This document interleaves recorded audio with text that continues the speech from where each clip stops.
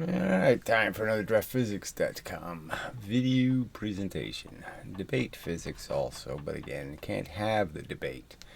Can't even go to a place like Shittopedia and even suggest that there might be something wrong with what they're saying. Can't even suggest it without being banned for life. That's right, you didn't try to edit anything, you just want to say, hey, we should talk about this. Because there are facts that indicate what you're saying just isn't true. And they just don't want to hear it. Sadly. They're just, they're just a little cabal of people who get along. All right.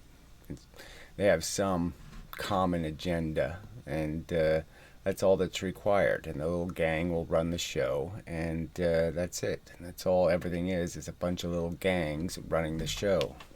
And they're all corrupt gangs. None of them have the integrity, to be tested and challenged. And they're all afraid of that. You're not allowed to. But people like me, of course, yes. Pile on. Just pile on the little guys and give the big guys the pass. They don't have to answer any questions. They don't have to be bothered, and but slaughter anybody who's an outsider, just maybe screaming for a fairer trial. Yeah, that's got to be some sort of communist. He wants a fair trial? Yeah, he's a commie. It's just such, it's so obvious bullshit. And it's just sad that so many people can't see that that's the world they have created. And such, with their benign, malignant neglect, frankly. Being dupes and suckers and falling for cute faces and whatnot. Little bits of charm in some silly and stupid way. So anyway, electricity is so interesting, and like I said, there are things that we can know about it, what it's doing. So you just take the idea if you're going to move electrons in a wire, and when you move the electrons, the argument I will make is that what you're really doing is polarizing the atoms. You're creating ions for milliseconds, and the ions are a different shape than the regular atom, blah, blah, blah. And you're really just changing something that it's like changing a piece of iron from a regular piece of iron into a magnet. You're not making it radiate something.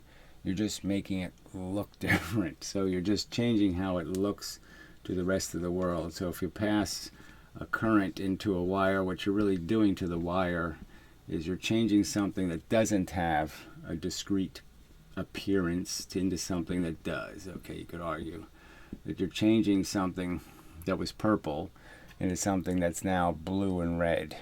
It's got a different look to it when you're moving electricity. And the point is, for the magnetic effect anyway, the idea is you want to involve as many atoms as possible. So you want to push your electrons in as high a volume as possible. So they have a low velocity, a low momentum per electron, but a high volume of electron versus very few electrons. So very few electrons just ends up going through your wire and doesn't affect too many atoms. But a lot of electrons affects all the atoms and creates a lot of polarization inside the wire. So you're basically doing the magnet thing, north, south, north, south, north, south. The wire ends up becoming a duplicate of a magnet in terms of the polarization of the atoms, the ionization. All right. And so all you're really doing is the universe comes in, and all you're really saying is the universe is coming in a certain pattern, and that you're changing the reflection. How you're not changing the number of arrows, you're just changing which ones are red and which ones are blue. That kind of simple. And so that reflection to the rest of the world means that the other thing that didn't see a pattern before sees a pattern now, gets hit with the pattern. When it gets hit by the pattern, it ends up duplicating the very effect that caused the pattern. That is, it starts to duplicate the flow of electrons. So that's the induction part. So there's no force coming out of the wire that makes something happen someplace else. The force is in the wire. It's just that by putting the force in the wire, you've squished a bunch of atoms, you've moved a bunch of atoms, little pieces of the atoms. The momentum is being used to move stuff in the wire. That's why the alternating current works, is because you're moving it back and forth. So you're doing all the work just going this way, this way, this way, this way, this way. That's how all the power is being consumed, is moving, using it to move stuff. And all that movement is changing this pattern, which changes the pattern that hits the other wire, which causes the same movement in the wire. So that's the basics of the induction part. But the key point is that there's no force radiating. Now, the second point to make is about the difference between a field line and a line of force. So they'll keep showing you images of field lines. That is, they'll show you what iron filings do. All right, and that's not telling you really what the story is. So if they have a magnet, they'll draw all this nonsense, these directional lines going out and coming in. They're not doing that. Nothing's moving on these lines. So if you put something in the environment, it's not going to move on these lines. It's not going to do any of this stuff, because there's no movement on these lines. These aren't tracks or places for race cars to zoom. And the real lines of force, that is the energy coming off the magnet, is doing this straight line thing.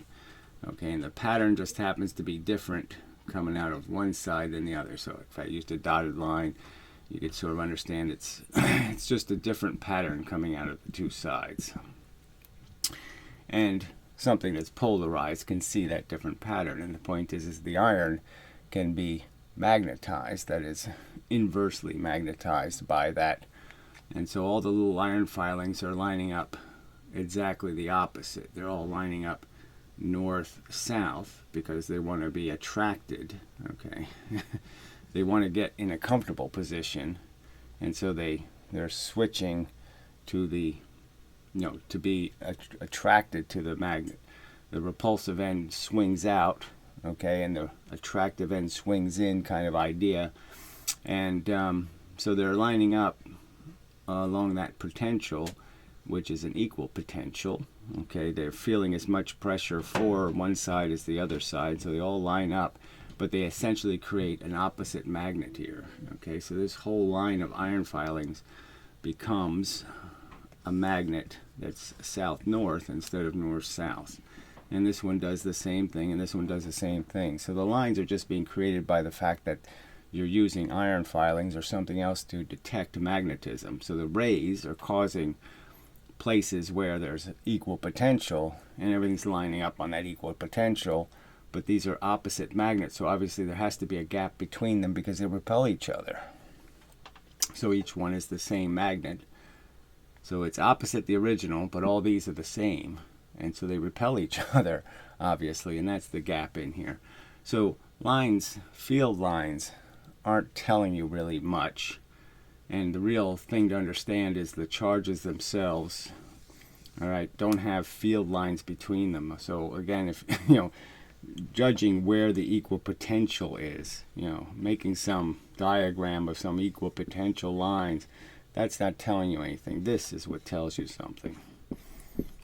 Okay, the lines of force. And so that's a huge thing to understand, the difference between a line of force and equal potential lines, okay, that describe points that have the same amount of pressure between two objects, the same attraction, and a balance of attraction and repulsion, I guess you could argue. So it's a huge, it's a necessary distinction. It's important to understand that a field line is not a real thing. It's a synthetic thing. It's something we are projecting onto the reality. And the only real thing is little bits of energy that are flying off of things by inverse square law, perpendicular rules. And that's the real physics. And we don't need this. Yeah, wrong video. So where's our Wikipedia page? Yes. Alright, I believe that's the correct page, and it's could be slid over a bit. And that should be good enough. So we'll continue with resistive heating. So these are all such, they're barely touching subjects, so we'll have to go to the appropriate page to get to something useful. So anyway, so this is, so it's a little bit about Joule. Now Joule, the problem with Joule is right in the point where they went from momentum being a real thing to kinetic energy being the real thing. And so you can't trust anything that comes out of the 1850s because you don't know whether they're calculating using momentum as a definition of power, foot-pound, versus the new modern, extraordinarily exaggerated joule. All right, joule heating, also known as ohmatic heating or resistive heating, is the process of power dissipation. So there's just power, and so you can put 5,000 watts into something, and you can understand that some of the wattage will be lost to movement in some other direction than where you want it to go. So any heating is just telling you there's a bunch of atoms moving around that aren't doing anything. They're not part of the go that way thing. There's some other thing. And so that's all just lost power. It's not something, you can't do both things. You can't heat and send the power. You can't do both. So it's always a way of dissipating heat. Dissipating power, by which the passage of an electric current through a conductor increases the internal energy of the conductor. Now, I don't know why they would say that. That's a terrible way to phrase anything, the internal energy of the conductor. The point is if you have a supercooled conductor, you don't have any internal energy problem because you don't have the problem of hitting whatever the resistance that's in normal materials. So if you use a very, very pure copper and you very highly cool it, it will transmit the electricity without any losses. All right, converting thermodynamic work into heat. So again, it's the heat is a byproduct that's usually not what's desired unless you want heat. Okay, unless you want to just create a heater, then yes, just pump the electrons in and wait for them to dissipate sideways instead of going somewhere, so to speak. The phenomenon was first studied by James Prescott Joule in 1841. Joule immersed a length of wire in a fixed mass of water and measured the temperature rise due to known current through the wire. Now, why he says known current, why wouldn't he say a known wattage? Because, frankly, that's the more important number, right? For a 30-minute period. By varying the current, so again, varying the current doesn't mean much, and if, what's the voltage? Because that's the mass and the velocity. You need both numbers, essentially. And the length of the wire, he deduced the heat produced was proportional to the square of the current multiplied by the electrical resistance of the wire.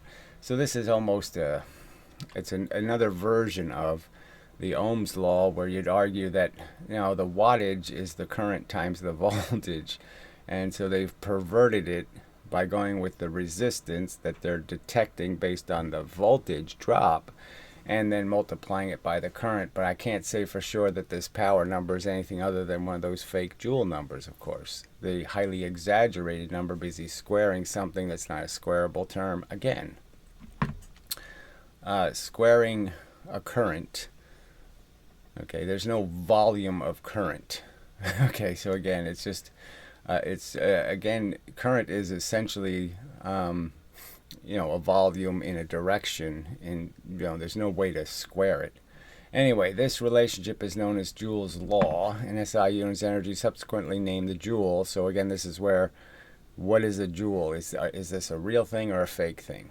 If I convert into watts, am I really going to be able to collect those things, or are they fake things? So again, can I ever get the wattage out of a bullet? They say the bullet has 2,000 joules or 2,000 watts. Can I collect that wattage? And my argument, of course, is no, you can't. you'll end up collecting something far less. Okay. And given the symbol J, the commonly known SI unit of power is watts. So watts is a nice stable thing, it hasn't been messed up by joule. It's equivalent to 1 joule per second. So again, it's just this more, they're both measured per second. There's no point in making this distinction. A joule is a watt. They have two words for the same thing. Doesn't make much sense. All right, so then they have a electromagnetism article, so they're just saying go to the article. So we'll read these last couple of things and then we'll go to the more in-depth pages, I suppose. Okay, so in an electromagnet, a coil of wire behaves like a magnet when an electric current flows through it.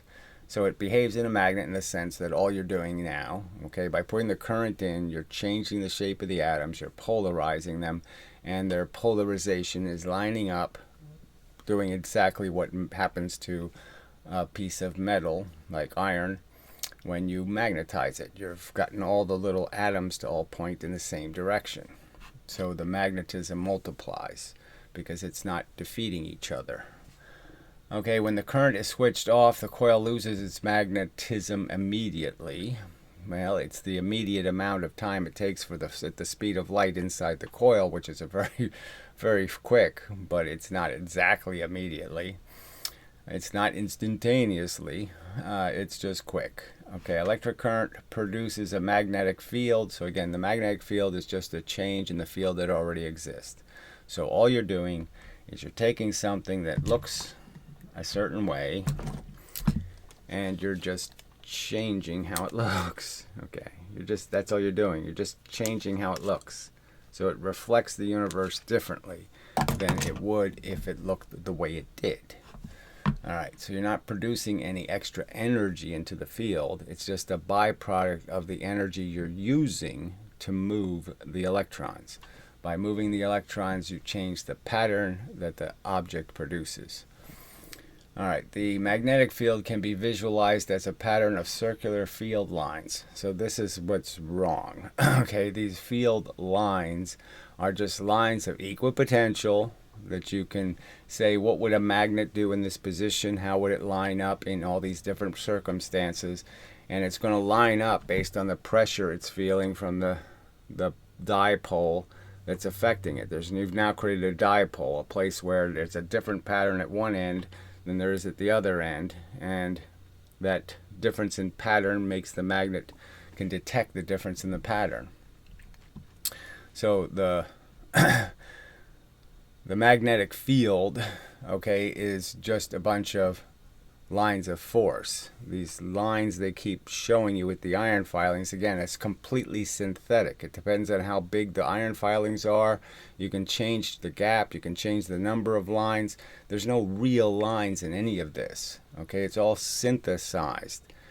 And the real field lines, the real lines of force are the ones they don't draw. And the lines of force of a coiled wire, you can understand, and especially they always draw it with this gap between the coils, and it works so much better if there's no gap between the coils. And what you're essentially doing is you're creating a resonator. You're creating a tube where all of the force is inside. It's getting reflected back and forth to the two sides. So you're basically creating a sealed container where the force, the reflections, the light, is essentially trapped inside of the coil. And so now it's going to keep emphasizing or de-emphasizing whatever pattern there is. It's going to exaggerate it, so you're amplifying it. And then if you put a piece of iron in there, now the reflection doesn't go all the way across the coil. It goes right into the iron and reflects off and then back in and back out. So you're just increasing the number of reflections. And the number of reflections is the number of impacts with momentum. So that's why you emphasize the effect by putting inside here something that will reflect the field. Not absorb it, but reflect it. And that's what a piece of iron will do, or ferrous material. Alright, the magnetic field can be visualized as a pattern of circular field lines. So that's just wrong. It's the wrong way to think about it, because everything is just about where is the force traveling. So the stream. It's like us in gravity right now. I mean, it's just such a simple argument to make is there's a stream of gravity. There's this differential between the amount of stuff, little bits of rain are falling down, and there's little bits of rain going through the earth and coming up. And the fact is there's more coming down than there are going up, and therefore I'm in that differential. And at this point, it's 9.8 meters per second of velocity that I'm going to gain per second because of that differential. And if I go further out, there's less differential. I go further out, there's less differential because of the spread, that I'm receiving it all from 180 degrees of my body down is receiving the force up, and 180 degrees up is all places I'm getting a portion of energy in the downward direction. And you're just changing how those cones affect each other at different distances. You're diluting the effect they have because the angle at which you can receive energy from something diminishes the further away you go. All right. That's a huge fact. I'm just saying this is where physics is just so wrong, is that they're not showing you what the force is doing.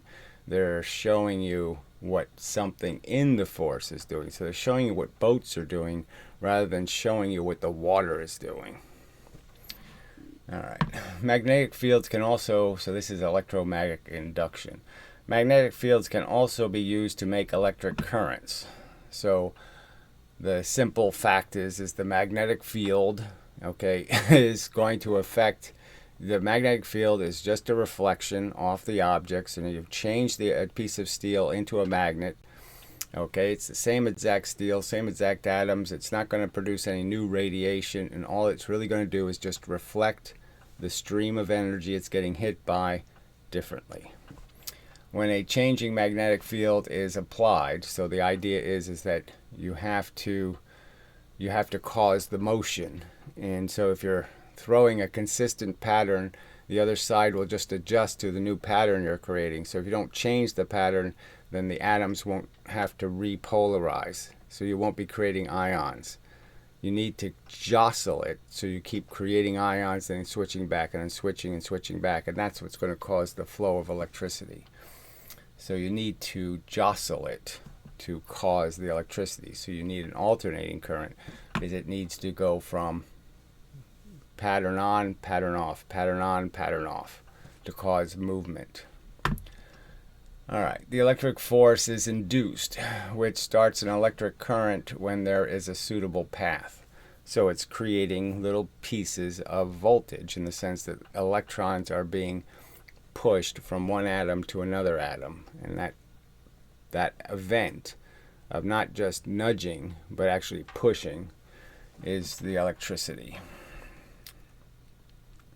All right, radio waves, one sentence here. Okay, so anyway, when electric current flows in a suitably shaped conductor, okay, so that's an interesting statement for the antenna. And so what's the antenna doing is creating just a really dense hunk of conductor, and you're going to put your jiggling electron. You're pushing the electron in and then pulling the electron out, pushing it in, pulling it out, and you're going to create all of that effect. It's going to be felt by the entire conductor.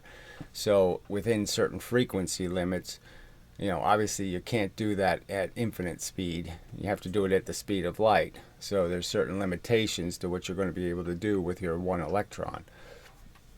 So depending on the frequency will decide, and the higher the frequency, the smaller the antenna, because you're obviously not going to be able to move enough atoms at some point. But I mean, that's probably, those ranges are probably so high that it doesn't matter, but it's worth just noting that there are limitations.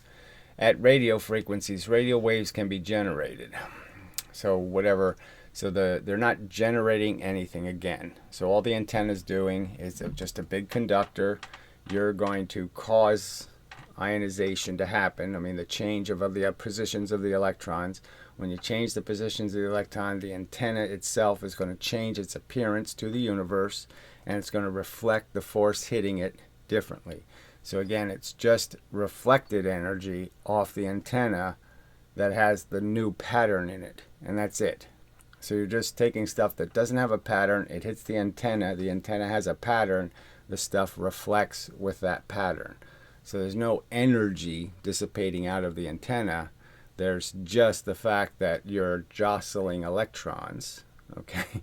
And by jostling the electrons, they're pushing in and pushing out of the energy coming in, and when they're pushing in, they're causing a delay in the reflection, and when they're pushing out, they're increasing the time that the reflection would happen.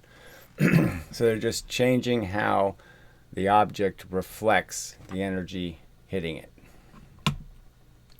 All right, those travel at the speed of light and can cause electric currents at distant conductors. So all of the forces travel the speed of light, so it should be called the speed of force. So again, it's sort of just such an elemental thing, and they never even talk about it. They don't even broach the subject. But should it really be called the speed of light when you know all of the essential forces, the stuff that has to do with this little discrete stuff in the field, all this stuff that has a field, is moving the same speed. The gravity moves the same speed, the electricity, the magnetism, and the light. So why are we calling it the speed of light when it's really the speed of all the forces? So a free force travels the speed of force, not the speed of light. All right. Let's see. Conduction mechanisms and various media. Well, this probably won't be too interesting. All right, because now they're going to say that when you move a whole atom, you're moving electrons. Well, of course you are. But is it really the same thing? I mean, it's not. I mean, calling that electricity is kind of, that's like saying I could just move this battery from here to over here, and now I've moved a bunch of mass with a bunch of electrons, so I've added charge over here because I've added a bunch of new electrons. I've also added a bunch of protons and other stuff, so yeah, I haven't done much, right? I mean, it's just a kind of a poor thing to say that, okay, if this has a higher potential, that is, I have less electrons here per proton in this object, and then I move it and put it over there, that I've done electricity because now I've moved some charges. I mean, that's really reaching. I think it sort of breaks some of the continuity here. Electricity should really be about the process of moving free electrons. All right, in metallic solids, electric charge flows by means of electrons. From lower to higher electrical potential. So you're just saying from higher to a lower pressure. It's just a pressure argument. You push them in with more pressure than they have, and the pressure has to be accepted. So if you're just going to pressurize the electrons, you're just going to push them closer and closer to each other. Or if you're pulling the electrons out, then the electrons can be further and further from each other. But they have to be thought of as all being connected like rubber bands. And so if you pluck on one, you essentially pluck on all of them. You start pulling on all the rubber bands. All right. In other media, any system of changed objects, ions, for example, may constitute an electric current. May constitute. I think it's just wrong to call plasma electricity, but whatever. To provide a definition of current independent of the type of charge carrier. So again, the charge is the momentum that the electron has. The charge is the force that the electron is being pushed by.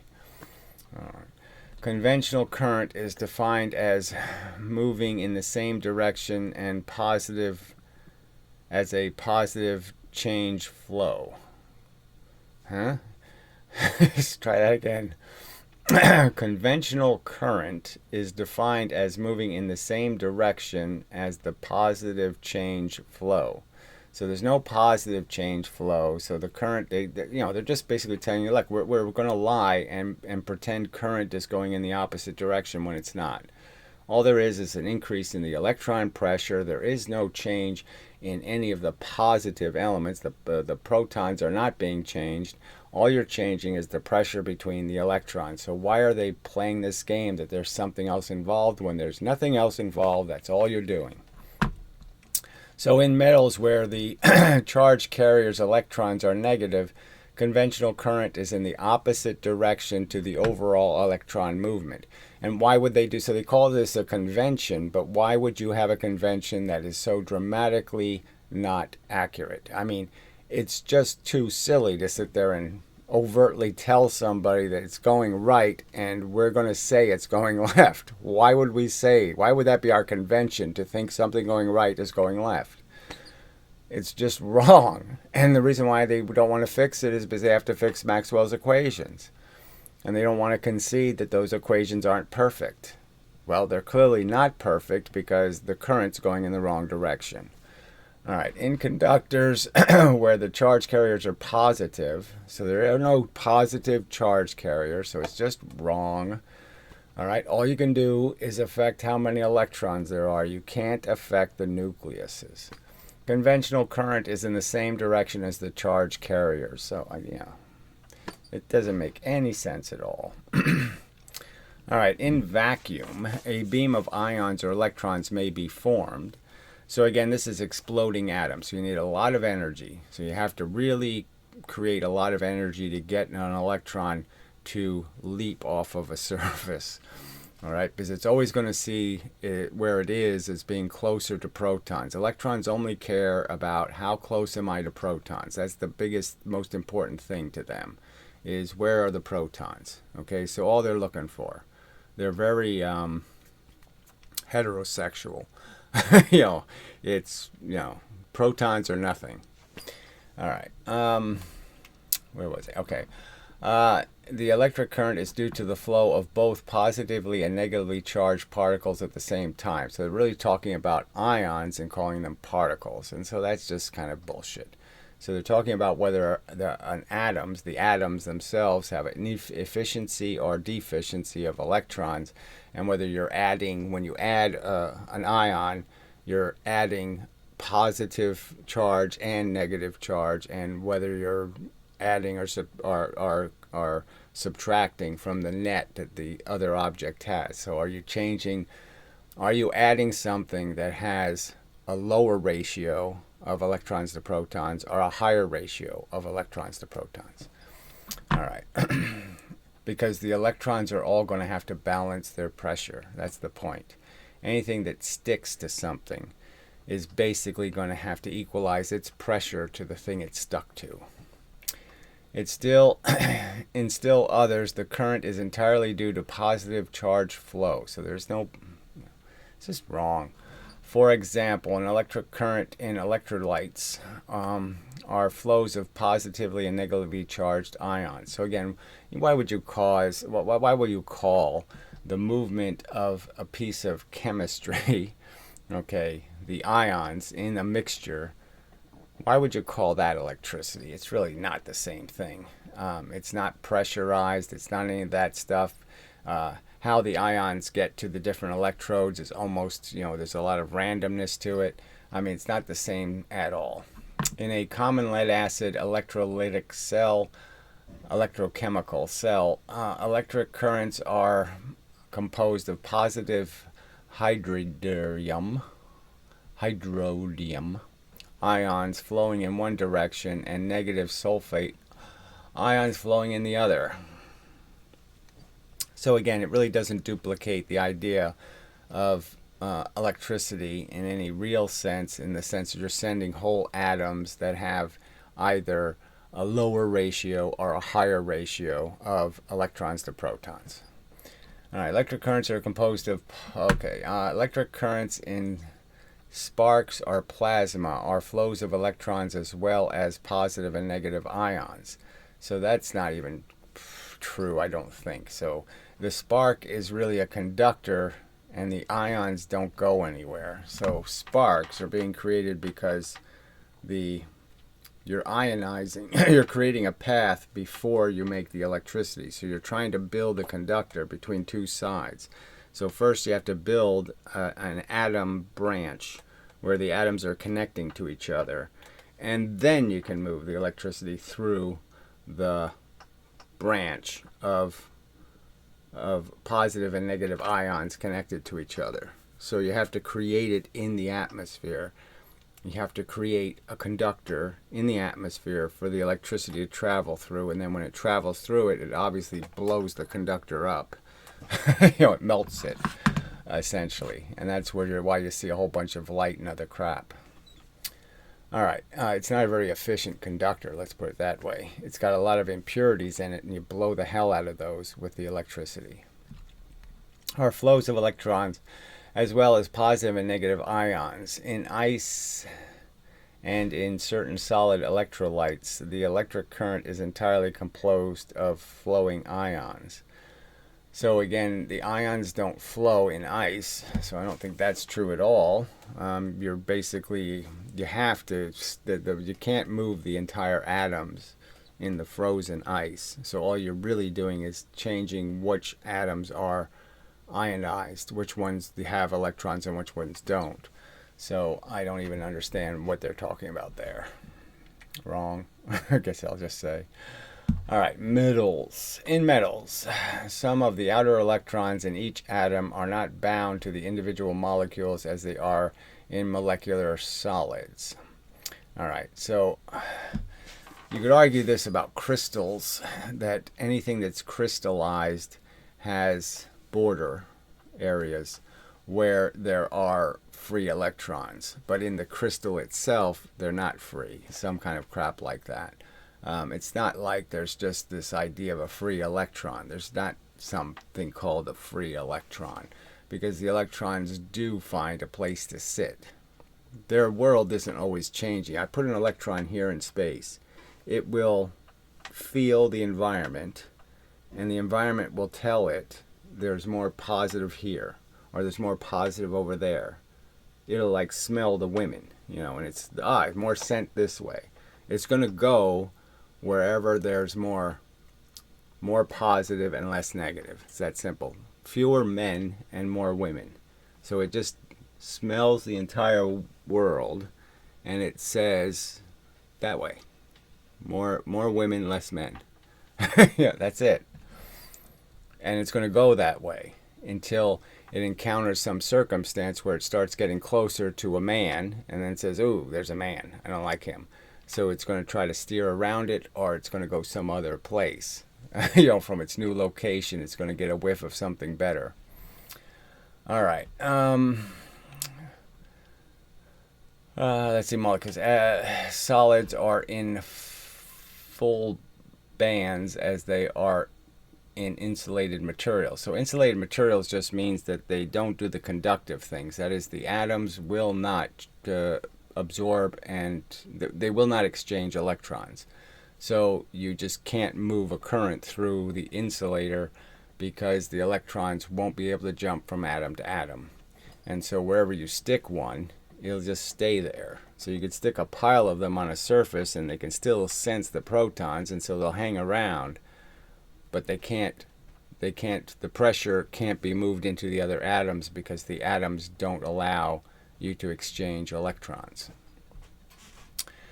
All right, but are free to move within the metal lattice. So the idea is they're really free to move between the crystals. Okay, the conductive electrons can serve as charge carriers. So again, this idea, the electron is charged, and what it carries is force. Okay, they're force carriers. They're carrying a momentum. That's where they got their movement from, is something pushed them. They're holding the pushing force. The pushing force is with them, and you can extract it or you can exchange it. They can Newton cradle their way right through the wire.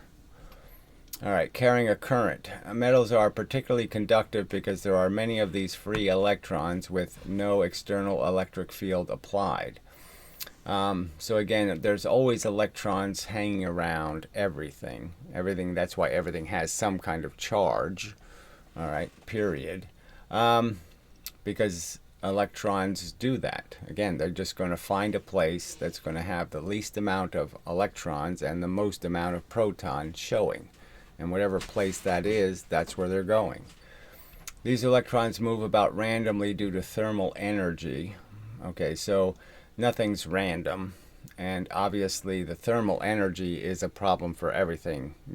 This is the noise that everything always has some sort of movement, because it's in a universe that is never perfectly balanced every billionth of a second. On average, there is zero net current within the metal. How to put that even? The fact is it's all yin yang. So it's because it's doing this, it can't apply it as a current because it's alternating current on the inside of the wire, and they're not alternating at the same pulse rate. So unless you can resonate them, that is, unless you can get them to all vibrate at the same rate, they undo each other's vibrations, is the argument. So it would work if you could get them all to vibrate at exactly the same pattern. All of them go this way and all of them go that way. But because they're being caused by heat, some of them are going this way at the same time, others are going that way, which just undoes any purpose to it. They're undoing each other. So it's like the magnetic domains in a piece of iron. They're all pointing in different directions, so there's no magnetic effect because they're not amplifying each other's, they're defeating each other's pattern. Okay. They're bluing on the other guy's red, so they keep diluting the pattern. All right. At room temperature, the average speed of these random motions is 30 meters per second. Given a surface through which a metal wire passes, electrons move in both directions across the surface at an equal rate. Given a surface through which the metal wire passes, electrons move in both directions across the surface at an equal rate. That means they're going both ways because they don't have the same momentum in the same direction. Right. Heat. As George Gamow wrote in his popular science book 1, 2, 3, Infinity, the metallic substance differs from all other materials by the fact that the outer shells of their atoms are bound rather loosely. So it's not even that the outer shells are loose, it's that there's electrons that are always going to hang around, and there's a place for them to hang around in that outer shell. Okay, there's room for them. And often let one of their electrons go free. Thus the interior of the metal is filled up with a large number of unattached electrons that travel aimlessly around like a crowd of displaced persons. So you could argue that all free electrons are really in some last orbit that's weakly held because it's very far away from the proton and close to electrons. So, but it all is weight on the atom. The atom still has to carry it. Okay, it's still a person standing on Earth is still pressurizing the Earth. There's just no doubt about it. You're putting more pressure into the Earth. The Earth pushes you back, technically less than you push in. When a metal wire is subjected to electric force applied on its opposite ends, these free electrons rush in the direction of the force, thus forming what we call electric current. So they don't rush anywhere, they're pushed. And they're pushed because they all see each other, and they're all going to move. When they see somebody else move towards them, they move away. So it's that simple rule. There's no compressibility between the electrons in the sense that they will react to what the other electrons are doing. Now, yes, there is compressibility in the sense that they all can have higher pressure between them because there's nowhere else to go, but that's what will have to happen. They all have to get closer to each other. When a metal wire is connected across two terminals of a DC voltage source, such as a battery, the source produces an electric field. So, nonsense. The source is producing electrons. It's not producing any, it's not on purpose creating any field change. The field change is a byproduct of the electrons moving through the material, changing the shape of the atoms. It's changing how the electrons are placed distance-wise from the protons. It's changing the distance between the electrons and the protons. All right, and that's completely incidental to the actual fact that you introduced another electron. All right, so that's just wrong, right? So when a metal wire is connected across the two terminals of a DC voltage source, such as a battery, the source places an electric field across the conductor. So there's no field being placed across the conductor. You're actually shoving electrons in one side and you're pulling electrons out the other side. That's what you're factually doing. And again, you don't have to pull them very far if you alternate that current. Obviously, you can switch which way you're pulling them, and you can make them do this a lot. Okay, but that's still work. All right, the moment contact is made, so we know that the moment contact is made, it takes a while for whatever's going to happen. It doesn't happen all at once or instantaneously. It's all a process. All right. The free electrons of the conductor are forced to drift towards the positive terminal. So they don't drift towards it, they push towards it. And the fact is that they can push very straight or they can push very crooked. And the faster they're going, the straighter their path will be. The slower they're going, the more shitty, sloppy, and messy their path will be. All right, towards the positive terminal under the influence of the field. So there's no field. There's electrons with momentum. You gave electrons momentum. They're pushing into the conductor, adding electrons on one side, subtracting electrons from the other side. It's pretty clear. The free electrons are therefore the charge carrier, so they're a force carrier, not a charge carrier. They are, in fact, charged already. They don't carry charge. They are charged in a typical solid conductor. So this is just such garbage. I'm just saying it's not the truth, okay? This is not an accurate, done, finished, complete statement about what the truth is, all right? This is not a good description of the physical reality. For a steady flow of charge through a surface, so again, a steady flow of electrons, the current I in amperes can be calculated with the following equation. Yes, okay. Where Q is the electric charge transferred through the surface over time t. So time dependent. Anyway, if Q and T are measured in coulombs and seconds respectively, I is in amperes. And so, yes, we know those basic relationships.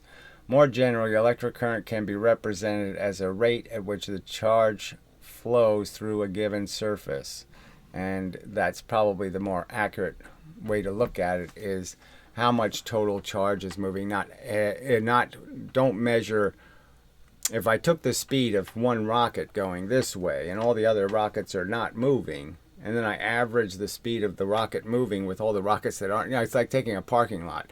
And in one moment, there's a few cars moving because they're parking, and there's a bunch of cars not moving. Now, should I say that the average velocity of the parking lot? Or should I recognize that, no, it's the average velocity of the cars that are moving? That would be the velocity I want to measure. I don't want to measure that velocity diluted by counting all the cars. If I do that, I'm going to get some sort of drift velocity that's not going to mean anything, because nothing is going that speed. There's only two speeds in the wire: cars moving speed and cars not moving speed. There is no in-between average. There's no average. There is just either something moving or something parked. So again, it's just a totally wrong way to look at it. All right, let's see. Electrolytes that's chemistry, so let's not play with that. Gases and plasma, I don't think that's terribly interesting, but let's give it a shot. In air and other ordinary gases below the breakdown field, so they're saying gases that don't have a lot of water in them, I guess, or humid or something to allow the voltage to break down, to create a pathway. The dominant source of electrical conduction is via relatively few mobile ions produced by radioactive gases, ultraviolet light, cosmic rays. All right, so these are atoms that get ionized by atmospheric effects, and so you have a few of these in the air, and they have a reach to each other that's great enough to create breakdown. I don't know. Since the electrical conductivity is low, the gases are dielectrics or insulators. However, once the applied electric field approaches the breakdown value, so now we're talking about the voltage, okay? It's not an applied field. It's not any of that crap.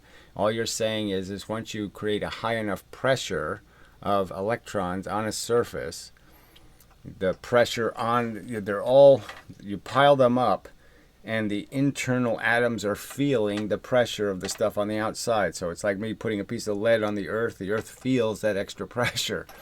And if I apply something with enough pressure, if I start adding enough electrons, there's some point where I'm going to reach a point where the push back pressure is going to be relatively high, and I might end up launching one of those things. All right. Colliding and ionize. Let's see. Because the pressure goes into everything, and it just looks for a weak point to push everything. And once it gets a weak point, it just pushes that really fast. So once it finds an electron it can move, it'll push the hell out of it. All right. Breakdown value. The free electrons become significantly accelerated. So that's the explosive part, right? It finds a weak electron. There's an electron that sees potential somewhere to go. And once it allows it to move, it just keeps moving because all of the applied pressure just kind of goes behind that electron. So a whole big hunk of pressure pushes that electron. So that electron leaves with a high momentum.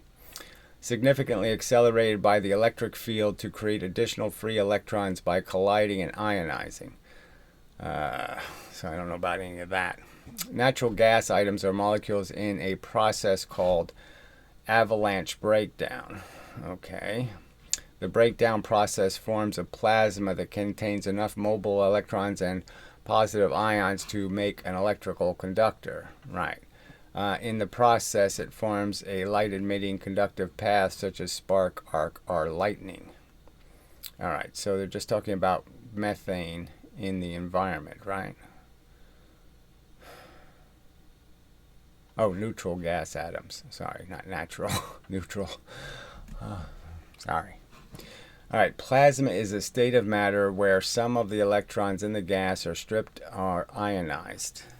But it can be ionized either way, right? You can have positive ions or negative ions from their molecules or atoms. A plasma can be formed by high temperature or by application of high electric or alternating magnetic fields as noted above. Due to their lower mass, the electrons in the plasma accelerate more quickly in response to the electric field than the heavier positive ions. Well, the electrons are always easier to move than the atoms with a nucleus. I mean, the positive ions are not... A positive ion is just an ion with less electrons. It's not actually got more of positive, it's just got less negative, and hence carry the bulk of the current. The free ions recombine to create new chemical compounds, for example, breaking oxygen into simple oxygen O2, which then recombine, creating ozone. Okay, so that's the whole process of sparking, where you ionize and then reform oxygen 2 into oxygen 3. So not, again, it's more chemistry stuff, but it's okay. Chemistry is part of physics. All right, I think that's probably enough. Well, the vacuum thing might be interesting, so let's do that real quick. Since a perfect vacuum contains no charged particles, so it contains no atoms. Okay, it's not the charged particles that make it possible for you to exchange. It's the existence of atoms that make it possible for you to create a conductor. It normally behaves as a perfect insulator. However, metal electrode surfaces can cause a region of the vacuum to become conductive by injecting free electrons or ions. So again, they say free electrons or ions. Free electrons won't do you any good. Ions will. Okay, ions can transfer electrons, but electrons can't transfer electrons. Through either field electron emission or Thermonetic emission. Thermonetic emission occurs when the thermal energy exceeds the metal's work function. So that's kind of funny. Let's see, in solid state physics, the work function is the minimum thermodynamic work needed to remove the electron from the solid to a point in the vacuum immediately outside the solid surface, where immediately means the final electron position. So I don't know. So they're talking about, I don't know where they're talking about when it finally gets to a breakdown of the material, where you're actually breaking the atoms and starting to create the field effects of actually throwing particles into the space. While field electron emission occurs when the electric field at the surface of the metal is high enough to cause tunneling. So there's no tunneling. This is just so nonsense. Quantum tunneling, barrier penetration, or simply tunneling, is a quantum mechanical phenomenon in which something magically goes at faster than the speed of light and gets somewhere. Oh. Well, that's a pile of shit, isn't it? Which results in the ejection of free electrons from the metal into the vacuum. Extremely heated electrodes are often used to generate an electric cloud, as in the filament are indirectly heated cathode of a vacuum tube. Cold electrodes can also spontaneously, oh, that's just the wrong word to ever use, produce electron clouds via thermometric emission when small incandescent regions called cathode spots or anode spots are formed. There are incandescent regions of the electrode surface that are created by the localized high current. These regions may be initiated by field electron emission, but are then sustained by localized thermometric emission once the vacuum arc forms. So they're really just saying, look, you can break pieces off of a cathode, and they will create a conductor to the anode. So you're really just saying you're going to break some of the atoms off, put them in the environment, and build yourself a conductor. Alright, these small electron emitting regions can be quite rapidly, even explosively, on the metal surface subjected to high electrical field. Vacuum tubes and cyclotrons or spirons are some of the electric switching and amplifying devices based on vacuum conductivity. So that was very technical. So they're really just talking about different ways of making an electron gun, okay, of causing the emission of the force, okay, to create electrons and ions that you can use as a conductor, or you can use them just to shoot stuff away, but you're shooting them away with a lower velocity. And you're not shooting them in an electric field, presumably, either. So if they're not in an electric field, that is, you don't have it, you're just creating the heat, and you're creating a cloud of material that you've heated, and it doesn't go anywhere because there's no positive charge somewhere for it to be pulled or pushed towards. Alright, that's probably enough. Current density and Ohm's law. So that's pretty, alright, drift speed might be pretty funny, because that's just a complete nonsense subject, so maybe we'll do that. And then we'll move on to the specific subjects. Alright, so till the next time, and such, and so forth, and whatnot. So, Wikipedia sucks. They think all of this is finished physics. They all tell us what we must believe. This is the only reasonable explanation for anything, is what they say. And it's just such a pile of crap. Just obnoxiously arrogant and wrong.